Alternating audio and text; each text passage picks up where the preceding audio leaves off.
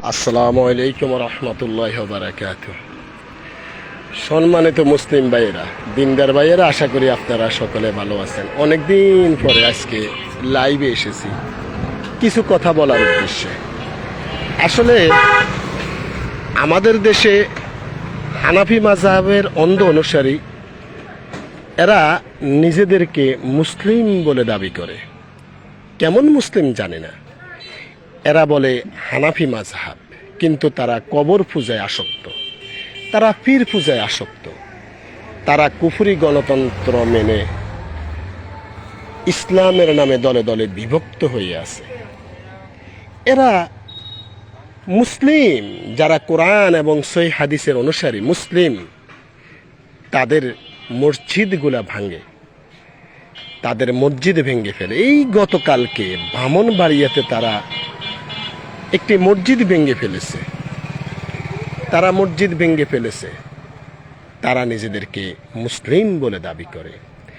ভারতে মূর্তি পূজারী মুশরিকরা মসজিদে ভাঙে, আর ফিলিস্তিনে ইহুদিরা মসজিদ ভাঙে।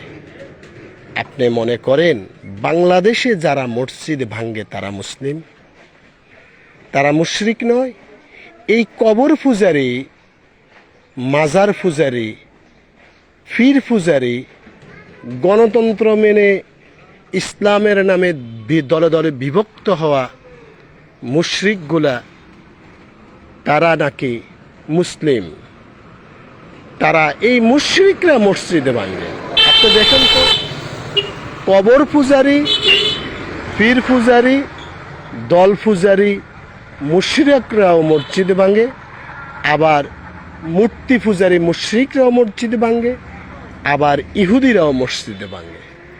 তাই মনে অনেক দুঃখ, ভারাক্রান্ত হৃদয় নিয়ে এসেছি যে দুইটি কথা বলি। এই মুশরিকরা কিভাবে মসজিদে ভাঙে। বাংলাদেশে লুৎফুর রহমান ফারাজির মতন মুশরিক, সে মসজিদ ভাঙ্গার অর্ডার দেয়। কাউমি মাদ্রাসায় লেখাপড়া করে এই সুফি ধর্মের লোকেরা, কাউমি মাদ্রাসায় লেখাপড়া করা সুফি ধর্মের লোকগুলা, এই সুফিবাদের বিশ্বাসী মুশরিকগুলা মসজিদ ভাঙে। তারা আবার নিজেদেরকে মুসলিম বলে দাবি করে। কি বলবেন আপনারা? আপনারা কাকে মুসলিম বলবেন আর কাকে মুশরিক বলবেন? একটু চিন্তা করে দেখেছেন?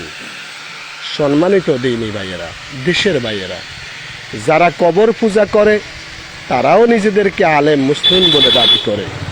যারা পীর পূজা করে তারাও নিজেদেরকে মুসলিম বলে দাবি করে। যারা কাউমি মাদ্রাসায় লেখাপড়া করে, সুফি ধর্মে বিশ্বাসী, সুফিবাদ অথবা সুফি ধর্মে বিশ্বাসী, তারাও নিজেদেরকে মুসলিম বলে দাবি করে।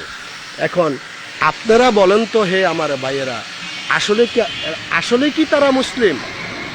আসলে কি তারা মুসলিম? কি বলবেন আপনারা? কি বলবেন আপনারা? কাকে মুসলিম বলবেন? যারা মুসলিম তাদেরকে মুসলিম বলবেন? যারা কোরআন এবং সহিহ হাদিসের অনুসারী তাদেরকে মুসলিম বলবেন? নাকি যারা পীর পূজা করে, মাজার পূজা করে, মাযহাবের নামে কোরআন এবং সহিহ হাদিসের উল্টাপাল্টা ব্যাখ্যা বিশ্লেষণ করে, তাদেরকে মুসলিম বলবেন? হে মুসলিম ভাইয়েরা, একটু চিন্তা ভাবনা করুন। যারা বাংলাদেশে মসজিদে ভাঙ্গে, মুসলমান নামদারি, মুসলমান নাম দিয়ে মসজিদ ভাঙ্গে, কাদের মসজিদ? মুসলিমদের মসজিদ। তাদের দ্বারা তারা আবার মন্দির পাহারা দেয়, তারা আবার খ্রিস্টানদের গির্জা পাহারা দেয়, তারা কাদিয়ানীদেরকে লালন পালন করে, যারা হিজবুত তওয়াহিদের মসজিদকে লালন পালন করে, যারা শিয়াদের আকীদা লালন পালন করে, তারা নাকি মুসলিম। তারা যদি মুসলিম হতো তাহলে কিভাবে তারা মুসলিমদের মসজিদ ভাঙ্গে, এটা বুঝে আসে না। তাই আমি অনেক দিন পরে এসেছি যে একটু কথা বলি এই মুশরিকগুলা কিভাবে মুসলিমদের মসজিদ ভাঙ্গে। আপনি দেখুন, তারা নিজেদেরকে মুসলিম বলে, তারা বলে তারা নাকি মুসলিম, কিন্তু তারা কি করে? মুসলমানের মসজিদ ভাঙ্গে। কিরকম মুসলিম? যারা কোরআন এবং সহিহ হাদিস মতন চলতে চায়, যারা মাযহাবের অন্ধ অনুসরণ করে না, যারা মাজার পূজা করে না, যারা পীর পূজা করে না, যারা দেখা যাইতেছে আপনার এই গণতান্ত্রিক কুফরি পদ্ধতির দলে দলে বিভক্ত হওয়া যারা পছন্দ করে না, যারা শুধু জাস্ট কোরআন এবং সহিহ হাদিসের অনুসারী, তারা তাদের মসজিদ ভাঙ্গে, তারা বলে তারা নাকি ফিতনাবাজ। তাহলে বুঝেন এই মুশরিকগুলা যারা মাযহাবের অন্ধ অনুসরণ করে, যারা পীর পূজা করে, যারা মাজার পূজা করে, তারা আবার ফিলিস্তিনের ইসরায়েলের বিরুদ্ধে তারা সোচ্চার। আর বাংলাদেশে মুসলমানদের মসজিদ ভেঙ্গে মাটির সাথে মিশিয়ে দেয়, মুসলমানদেরকে আহত করে, মুসলিমদেরকে হত্যা করে। কোন মুসলিম?